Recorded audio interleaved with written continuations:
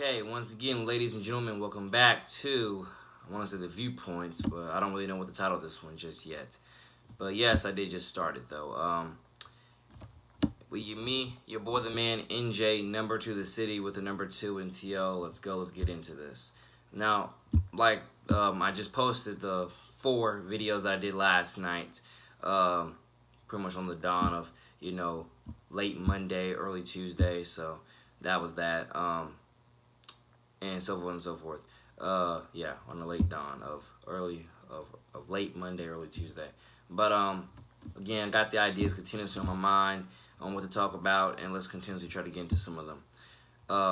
One of the top blessings that I don't know if I said in the previous videos that I look at being baptized on 22nd of June in this year, 2018. Some of the top key things that they give me with it, or that the baptism gives me, is the ability to go out there like I have already been doing before I was baptized, but now I'm even more officially qualified to call people out on their hypocrisy and double standards and etc. Because I don't know how many of us all out here in this world completely see it every single day, but there's a lot of hypocrisy, double standards, and a lot of things that are negatively separating us because of stuff like that, and just plain bigotry, and so on and so forth. I'm blessed to know I'm more qualified to call it out than I've ever been. I'm very, very blessed to know that I'm more qualified now through the baptism to call it out than I've ever been. So that's definitely that. I guess one of the top things that's on my mind, besides again talking about sports, I don't know if I'll fully get into it this video, but I do definitely know one of the top things I wanted to talk about was, I want to say, the church epidemic. And that title definitely carries its own, what do you mean church epidemic? I mean the lack of, especially young people in the church. This is definitely what I saw when I was down there in the 662 Greenwood, Mississippi. I can't fully tell you whether to blame it on the location of the church or not, but I can definitely assure you that during revival week and even during church Sunday, you had, I don't know how many pews in that church, but there was barely even close to 50% or 60% in there. There was more like 10, 20% in the church. And for me, that's poor, that's horrible, that's terrible. And I can't fully tell you whether it's because of the location of the church or what, because the church is literally it's almost hidden to a certain degree. Where Salem Missionary Baptist Church is pretty much almost hidden to a certain degree. It's in the fields. Shout out to St. Francis Episcopal right over here in Nocatee in the fields. That's pretty much attached to their name, St. Francis Episcopal in the fields. So shout out to St. Francis Episcopal in the fields. But Salem Missionary Baptist Church in Greenwood, Mississippi is pretty much in the fields, pretty much, and it's and I can't, and it's practically hidden to a certain degree, and I can't really fully tell you whether that's the blame for the lack of people coming. And I mean the lack of people as in not to say nobody comes, but it's definitely out of 50%, only 10 or 20% are coming. It's not even close to where it needs to be, knowing all those pews that you have in the church.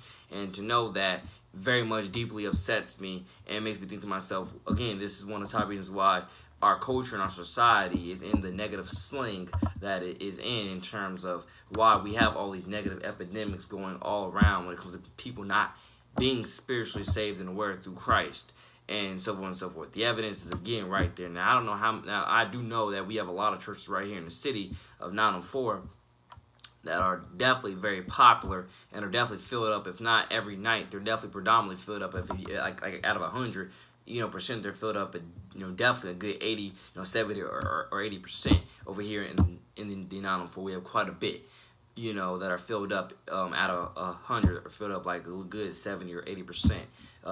And that's very beautiful. That's very passionate to know. But like I said before, when it's one thing to have your church filled up, and it's another thing to still look on the news the next day and see this happen, that happened, all within the community, and to see wow, how much effect is having all these people at church are truly having. If you didn't hear me correctly, I said it makes you think to yourself, how much is it really affecting? How much is having all these people at church really affecting, the community support that we have around the community. And I'm just definitely saying to know that the research came out a year or two ago around the 904 that said, and I quote, even though I don't really have the typed out page here whatsoever, but it definitely says that quote unquote that Jacksonville, out of the entire state of Florida, I mean, it said that it was the number one for sexually transmitted diseases in the entire state of Florida, I think so. And to know that was very much something that, angered me and disgusted me to know. And I shot a video way back discussing that exact thing. And I'm like, wow, it's just amazing, honestly. The video you can go back and find. It's pretty much after my Just Say No song that I released about a month or two ago. That was pretty much me saying how, say no to drugs. Just say no to negative drugs and alcohol. But the church epidemic, which is definitely something to definitely title this Believable Faith Ministries with church epidemic. What I'm trying to say there with church epidemics is that you obviously have your famous churches out there who are doing their works, etc. But when you see these negative statistics out there in the open, and not even just negative statistics with drug overdoses, suicide, murder, and etc. Not even just not even that, but when you go around these neighborhoods and you see all these broke down houses, and you see all the overgrown grass and the messed up bent fences and stuff like that, at least from what I definitely saw over there in the 662. But not even that. Let's also say right here in the 904, because I've traveled a bit around here and seen definitely some of that around here. Like I said before, it makes you wonder to yourself, especially when you have a church located literally right down the street from you, or a couple blocks from you. It definitely makes me wonder quite a lot, why aren't people doing better, by themselves and by their community? Because I've definitely said this before, and nobody has to agree with me on this, but I've definitely said this before, that when you have, and especially if you were on my Snapchat 3 or 4 weeks ago, or 2 weeks ago, whatever week ago it was in June, you would actually have heard me say how, I said before, if you have money for DirecTV or cable period, internet period, gas period, at least in my best opinion, nobody has to agree with this. When you have especially money for drugs and alcohol, of cigarettes and liquor and etc., trust me, you have the money for a lawnmower to mow your lawn or mow anybody else's lawn. To knock on someone else's door and be like, yo, hey, may I mow your lawn for you? To just help keep up the community. And most people would definitely understand that. Most people, I do believe so, would understand you knocking on their door saying, "Hey, can I, may I please, may I mow your lawn, help keep up the community, keep the community looking nice and clean." I'm pretty sure most people would agree with that. Most people would definitely be like, "Okay, sure, thank you." Especially if it's for free, especially if you're not charging them anything. Most people would be like, "Okay, yeah, mow it, edge it, whatever you need." And to know that people have the money to, buy beer and cigarettes, and they don't own a lawnmower, or they do own a lawnmower, but they don't take care of their own property like that, or even bother to try to take care of someone else's like that. For me, that's, my opinion. Nobody has to agree with it. I can't stand it. I absolutely can't stand it. Because I feel like I really do feel like it's the matter of, you literally are not qualified to complain about your struggle because you're literally putting yourself in a struggle. You're literally doing that.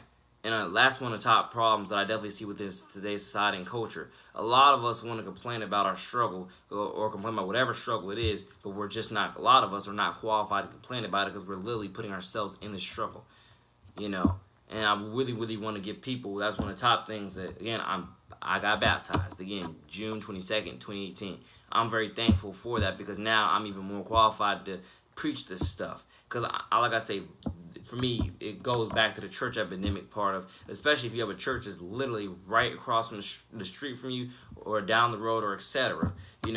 Within walking, especially if it's within walking distance, ladies and gentlemen, what is your excuse for not being spiritually saved in the Word? What's your excuse for not being baptized? What's your excuse for this and for that? What's your excuse for not keeping your own community up, doing your job? What's your excuse? And like I said before, a lot of family are not doing what they have to do to help each other. And that's another top epidemic that we really, again, face on a daily basis in our society and culture. A lot of people's family, we throw the word family around so much, but it's like saying, what does family truly mean anymore to us, if you were to ask me? Because a lot of family are not taking care of other family in the way they should. Some family honestly can't afford financial support. I get that part to a certain degree. And I said to a certain degree, because like I said, especially if you're still spending money on beer and cigarettes, you can do better. You can do more. You can afford to do better for yourself. You just don't want to. That's literally one of my top biggest things to express to people. If you can afford beer and cigarettes, your annual beer and cigarettes every month or every day or whatever the case is, you can afford to do some type of better for yourself. You just don't want to. You literally just don't want to. I think the evidence is literally right there. So the point there is, don't use money as your excuse. Don't use it, because the same money you're using for your demise, you can save up and buy a lawnmower. You can save up for home improvement. You can save up to go buy a gym membership and go work out at the gym and improve yourself physically. You can go out there and spend on health supplements and whatever else to help boost your energy up and etc. You get the point that I'm trying to make there. You have the money, you just don't want to use it for your own for your own, I want to say, accolades, right? You don't want to use it for your own self-improvement. You just want to use it for your self-demise. And like I said, not say this is a popular opinion, because it's definitely in many cases not a popular opinion. But again, the evidence is staring each and every last one of us right in the face. And I'm telling you, we have to decide, definitely in today's day and age more than ever, which side of this puzzle, which side of this frame do you want to be on? You want to be on the side that is truly standing up for true, I want to say Jesus Christ salvation, world change each and every day of their lives, or you want to be on the part that literally is not qualified to complain about anything, because literally you're making everything harder on yourself. And like I said, my family, God bless my family, but again, I know plenty within my own family who, like I said before, are not qualified to complain about anything, but always has something to say about everything, pretty much. And a lot of people's families are like that. But the evidence is, again, right then and there, and God knows, I have, like I said, a lot more of this to make and a lot more music to make. The evidence is right there, and depends on what are you going to do about it. What are you literally going to do about it? And God knows, I have to tell my stories within this and music and face to face. I have to tell my stories in order to reach other people, in order to help galvanize the troops and truly get us saved through Jesus Christ. I gotta tell my stories to do that, and I hope, again, everybody constructively figures out, that way for them own selves to get clean. Because I'm just saying that when you have all these epidemics all across the globe, all across the net, all across etc., it really makes you think to yourself, in today's day and age more than ever, what are you here for? What are you living for? And I really do hope that more people, especially with the church, they get more involved in trying to find their purpose and their destiny. Because I'm telling you straight up, like, I think we're living in that day and age where every day it's more of an epidemic of certain things than what it has ever been. And again, you have to decide which side you want to be on. The side that knows darn straight well, if I die tonight, I'm going to heaven, versus the side that if I die tonight, I'm probably not going to heaven, because look at what I did with every living breath that I had. Think about it.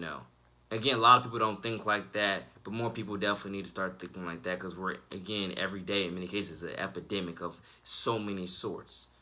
And a church epidemic, for me, like I say, is just that fact of, especially if you live right across the street or right around the block, within walking distance, but yet you don't go, you don't try to get yourself right, saved, and all you want to do is complain all day, or all you want to do is smoke drugs all day, or all you want to do is drink liquor, and all you want to do is barely be dressed. And you get the point. How are you then qualified to complain about your life? You're not. You're absolutely not qualified to complain about anything, because you've put yourself in this garbage, and you're not trying to get out, and etc. I'll probably get more into this in another video. Again, take care. It's me, your boy, the man, NJ, number 2 the city, with the number 2 in TL. God bless. 100. Born 600 shame. God first, God over everything.